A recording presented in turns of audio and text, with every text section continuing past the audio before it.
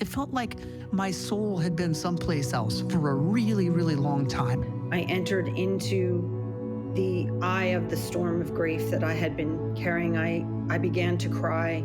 The littlest thing would just send me into an anxiety spiral that, like, it's just one little thing. Why is this little thing ruining my day?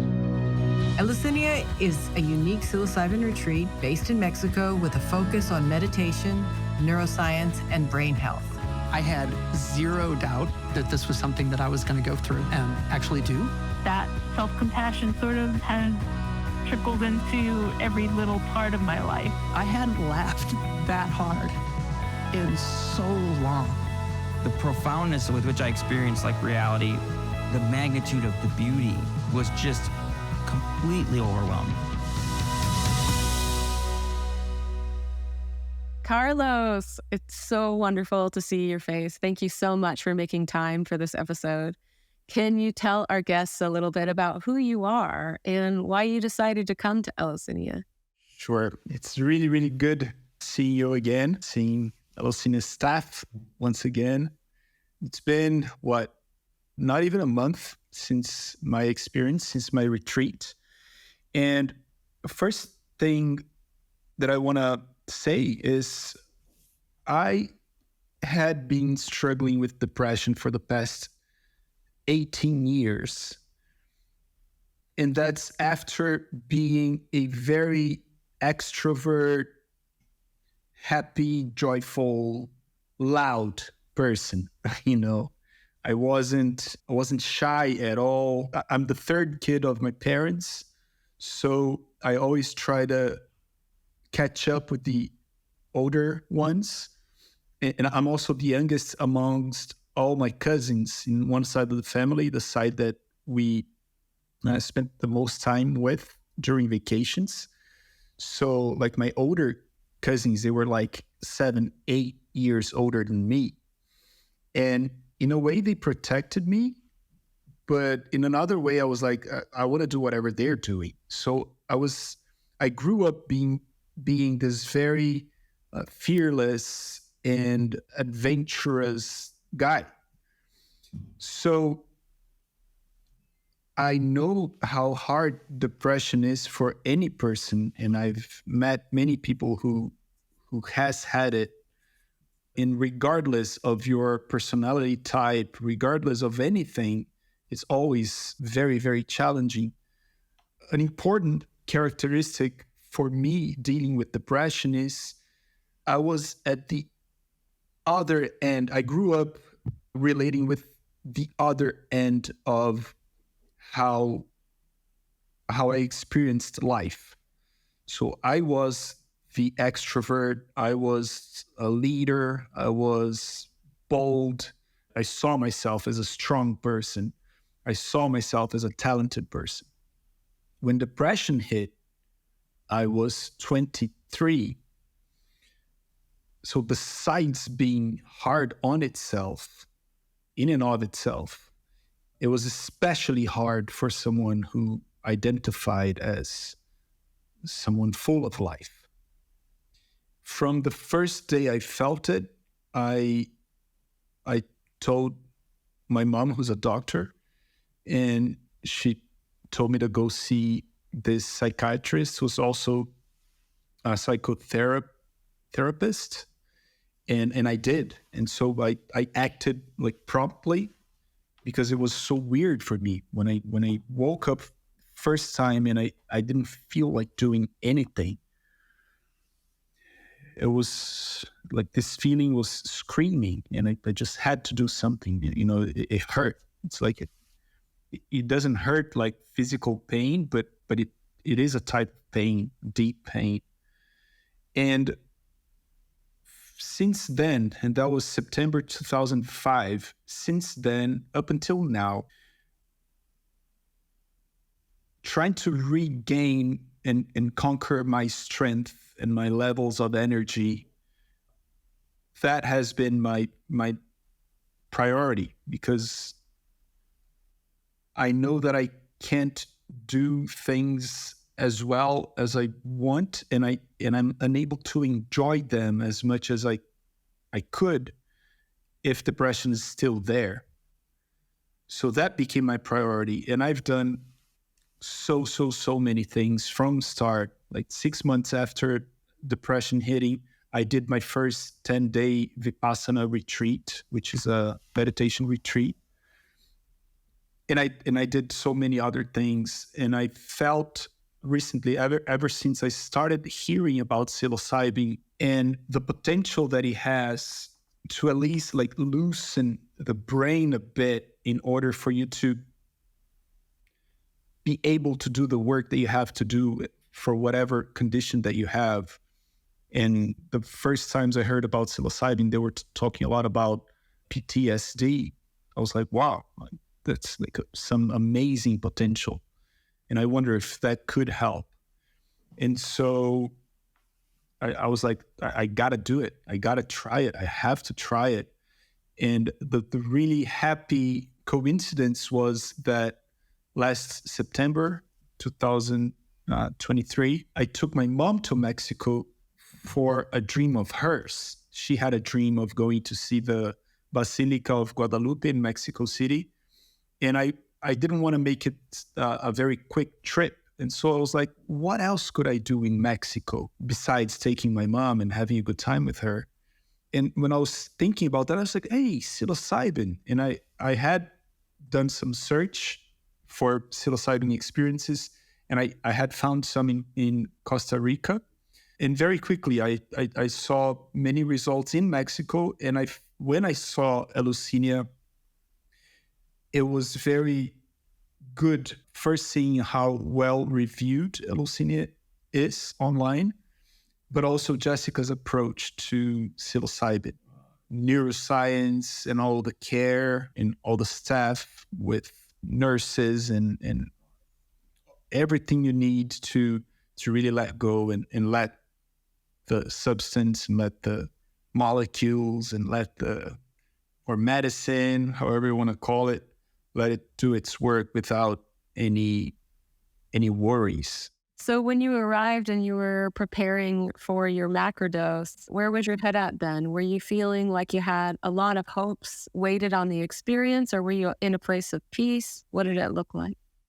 Let's say 90% hope, 10% worry. I fear that somehow it could go wrong or go way too unpleasant, or even like actually my biggest fear was that, my goal was going there to get relief and to get strength and somehow come out of it messed up somehow. So I feared it a bit.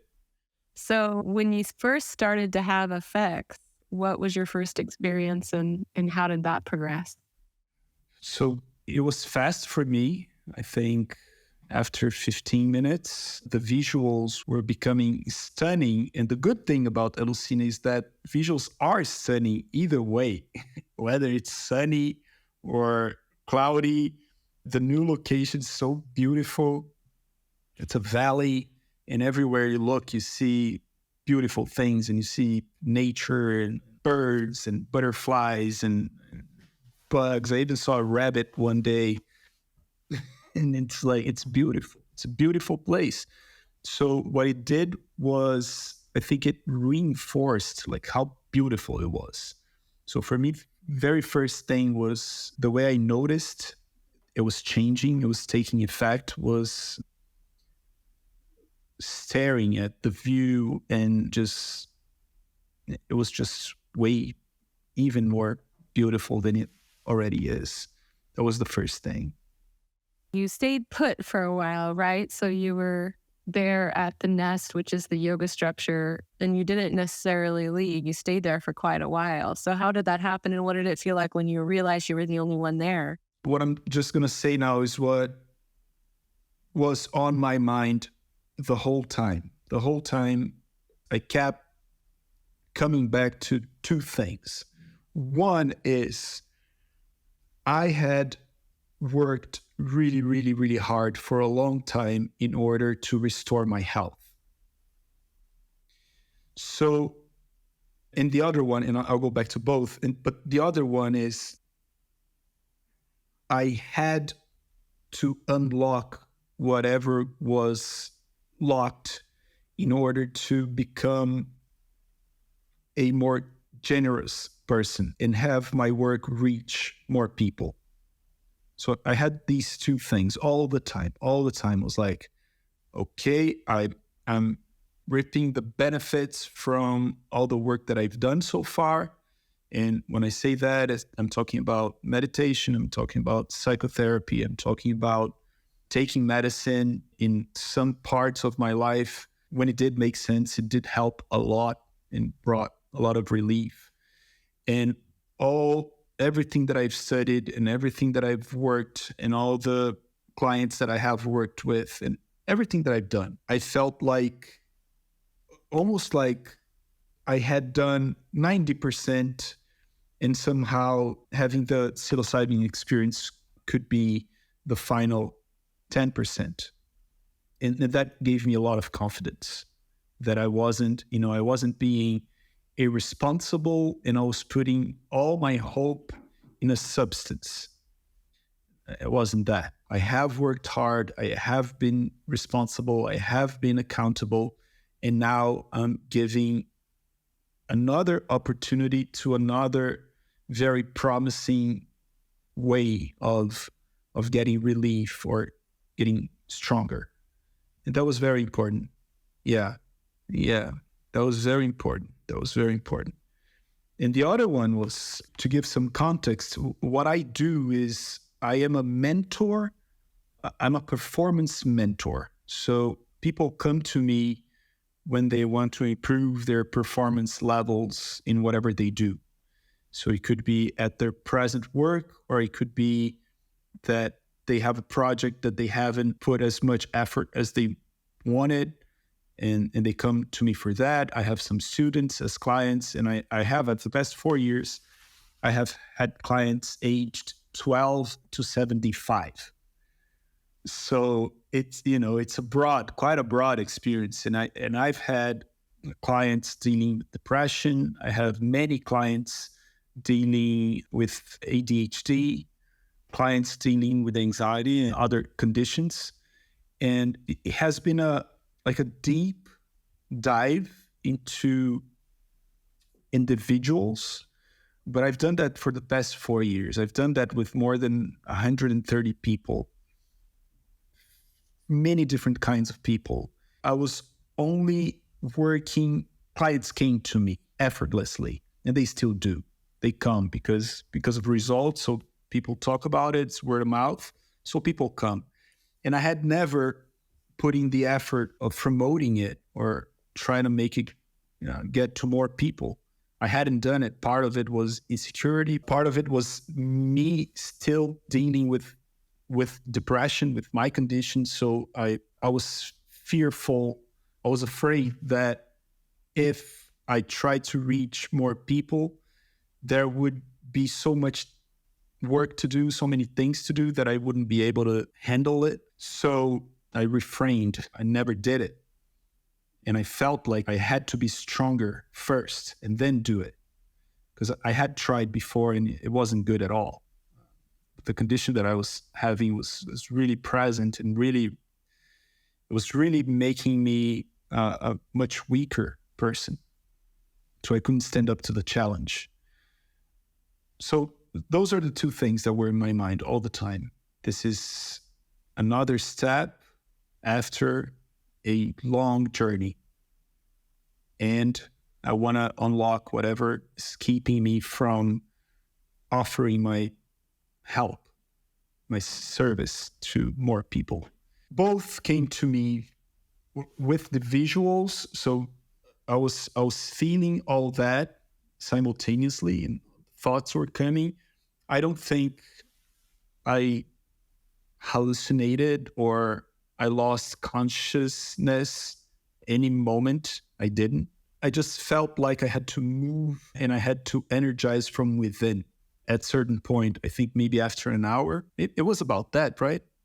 An hour later, 1.5, that I wanted to do yoga, right? The way I felt it was quick. It was like I was there, I felt it, and after 20 or 30 minutes, I was like, okay, I need to move. And it was great that we had Emilio, who's a breath work and a yoga teacher.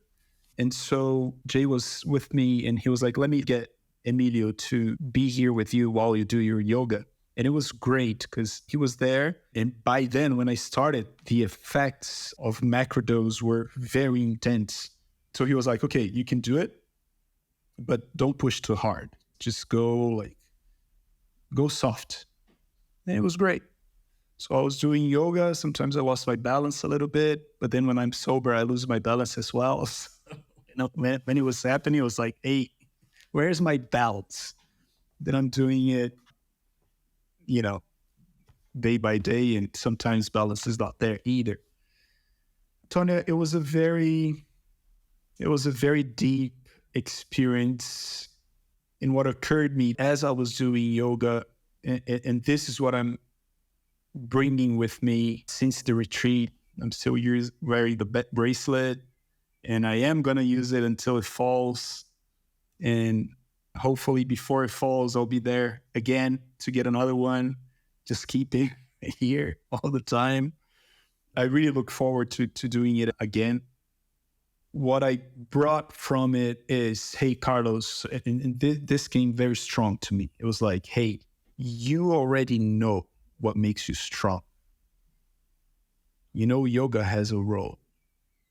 Food, nutrition has a very important role. Sleep has a very important role. Keeping it as rare as possible, keeping alcohol as rare as possible. I haven't yet. I don't know if I will eventually say that I'm never drinking again. I haven't gotten to that point yet. But just like most people, I was thinking that, drinking once a week is fine. It's not a big problem. Well, it wasn't being fine for me. It wasn't making me as healthy and as strong as I need to feel. So the message was, what makes you strong. So why are you not doing the things that make you strong? And you're only going to feel confident enough to take the next step professionally. And it's not only professionally. I'm not only talking about career or money. I'm talking about impact. I'm talking about real influence. What I went through and what I still go through is what more and more people are going through every day worldwide. So there's no way I can be a role model if I'm not living a life that I'm really happy with and proud about. And what I have gotten since the retreat is I have decreased a lot of distractions that I had. I've been very, very precise in the time that I go to bed, the time I wake up. It's easy now getting up early, and I'm talking early. I'm getting up at 4:30, 4:45. I couldn't do that before. I'm working hard from 9 to 6, even though I work for myself. I've determined that from 9 to 6, work time, whatever happens, no exceptions. That's the time to build what I'm here to build. And then from 6 p.m. to 8 a.m., I can chill a little bit. I play some instruments. I play music. I go off screen. And at 8:15, 8:30 p.m., I'm happy to go to bed. Been a great day. And I've been able to sustain that. So now I feel like I'm becoming the man that I had to become in order to feel that I can really, really, really contribute and serve others. And I'm feeling stronger. Amazing. And I know that you had an incredible practice with mindfulness and the work that you do. And I think about the life that you're describing as living as an immaculate life to the best of our ability, caring enough about each moment and each detail of our life that it becomes a little bit more of an immaculate life. And that becomes an interesting balance, because when we push too hard or we can't live up to that, then we need to bring in that compassion itself. But how has compassion or softening for yourself shown up, or has it? Well, I'll tell you what happened last Sunday. Last Sunday, I'm going to an event with a friend and a co-worker, and I parked my motorcycle by the sidewalk. I should have looked for a parking space, But I was like, man, nothing will happen. And it poured rain in Sao Paulo. Like it rained in 6 hours, it rained what should rain for the month. And the motorcycle fell and it's a big damage. And there's water in the engine. It's a big mess. So I'm still far from anywhere that resembles perfection. I'm far. I mess up a lot. I always tell my students and my clients, I say, hey, people look at me and they say, hey, here's a role model. I say, hey, no. It's the other way around. Like here's a guy whose life could have been much easier, but I mess up so much that I have to rebuild again and again. Talking about compassion, my first tattoo, I have a few. First one is infinite compassion towards myself and towards others, because we're bound to mess up again and again and again and again, and in such sometimes such like unbelievable ways that we're like, hey, life of a student, eternal student, always learning, always trying to, okay, so that happened. I'm going to learn from that. I'm never parking my motorcycle on a like a hill in Sao Paulo during rainy season, brand new motorcycle, big damage. I'm just happy that when my motorcycle fell, I wasn't on it. So it's good news. So have you seen the after effects of the psilocybin add to a little bit of ease when it comes to that belief of infinite compassion, as well as your drive for taking better care of yourself? Or is it one and the same? I hadn't made that connection yet. I hadn't connected, in my case, with my experience, I hadn't connected psilocybin with compassion yet, because it has helped me. I'm saying it's making me stronger. It's not that psilocybin is making me stronger, but I think it gave me relief from depression in a way that now I'm more, we said that there, right? I feel more available now. I'm more available to myself, right? I used to go like, okay, I should work out today before. I should work out. And then when it gets near time of working out, I'm like, oh, I don't feel like it. Maybe I'll skip it, or I'll be late. I was being late every time with my personal trainer. I was late every time. And now I'm always early. So, and what's making me strong is working out. Working out makes you stronger. And working makes you stronger, and helping people makes you stronger. But the thing is, the depression symptoms that I felt more intensely before psilocybin, many times they were an obstacle. And I feel like that obstacle has been removed. So I feel that I'm more available to do the things that I should do in order to feel stronger, feel better, feel more energy, feel more alive, and being better conditioned to contribute. Yeah. And so I feel like you're kind of already built. Like you said, you have that tattoo that says infinite compassion. You've done so much work in Vipassana and meditation and mindfulness. You've done so much foundational work in that. So maybe that's not how you're seeing it. I love this conversation. The other thing that I wanted to say is that I was reminded, because you just said, I want to be more available. And the dinner conversation that we had at Eleusinia was one of my favorite dinner conversations that I've ever had at Eleusinia. And so I want to go into it. What it was that somebody was talking about how they just wanted to be okay, that they didn't want to be happy. They just wanted to be okay. And you said, well, I've thought about this a lot, and I don't want to just be okay. I want to be available. And it was such a slam dunk of a game changer about how to show up for the world and how to show up for yourself. If we can stop thinking about just being okay and start thinking about being available. And you're saying that you've made the jump and now you're able to be more available. It was really immaculately said. Yeah. Like, okay is... my psychiatrist, he told me that. He says, hey, you have built for yourself a self-image of a teenager. And life is not that exciting. Life is dull many times. Life is routine many times. Life is, and so he was trying to persuade me to be more, I don't know, flat or, or just okay with being lower energy, and lower mood. Yeah, and no, I'm sorry. That could be for you, but not for me. No, not for me. Not for me. No. I'm adrenaline seeker. I'm like, I want to skydive. I want to base jump. I want to do those body. Yeah, but the when you fly like bats, wingsuit. I want to do that. I don't know. I want to dive everywhere. I want to go long road trips. That's me. I like that. I like that excitement. I want to have a band and play some badass concerts. I want to do that. That's me.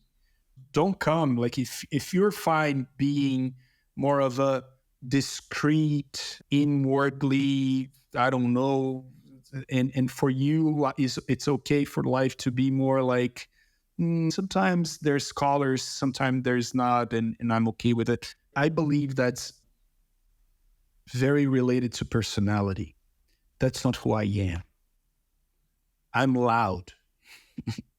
I'm loud. I'm the guy that cracks up loud. I make noise. I love playing the drums. I love playing the guitar. I love playing soccer. I love playing volleyball. I love playing basketball. I love swimming. I swim in the ocean when waves are huge, and I just go below them because it's calm underneath. So I'm that guy. So to me, that's how life's gotta be. To me, I'm not saying that it should be like that for everyone. Now, when people say, no, if I'm just okay, it's fine. Well, you can be okay and you're not working towards developing your skills, whatever skills, and you're okay. You can be okay with whatever experiences you can afford in your present income, and you can be okay with that. But if you want to grow, you should be able to do what it takes to grow. And that's what I meant by being available. You should be available to engaging in the routines that are going to be good for you, beneficial to you. So breath work, we know breath work is very beneficial. If you're depressed and if you're hopeless, you're not going to do breath work, and you're not going to get the benefits from breath work. Cold plunge or cold showers, you're not going to do that because you're hurting already. And that's less than okay. Right? Now, when you're just okay, like, I don't think laziness should be there when we're just okay, right? We could be tired, but not lazy. So I have felt it now, like our retreat was September 18th to 22. Today's October 10th. So it's like 20 days from macrodose. It's pretty recent still, but it has been a game changer for me, totally. I feel like it has been that last drop that I needed so far. And I still work out, and that has a role. I still study a lot, and that has a role. I meditate, that has a role. I go, under the sun to get some vitamins, that has a role. My nutrition is very good. I drink lots of water. I take it easy on coffee. I sleep very well. I'm taking care of my family. I'm helping my family, my friends. So everything adds up. But what I feel now is that the things that I knew that I was supposed to be doing, the rate at which I accomplished them is much higher now than it was before. I love how you just described that, because you're talking about your wheelhouse, and psychedelics is just a small sliver of the possibilities of things that you can do and have access to in your wheelhouse. So yeah, the way I like to think about it is we get more dynamic about taking care of ourselves, and we know what we need. and were available to do them. So it sounds like that.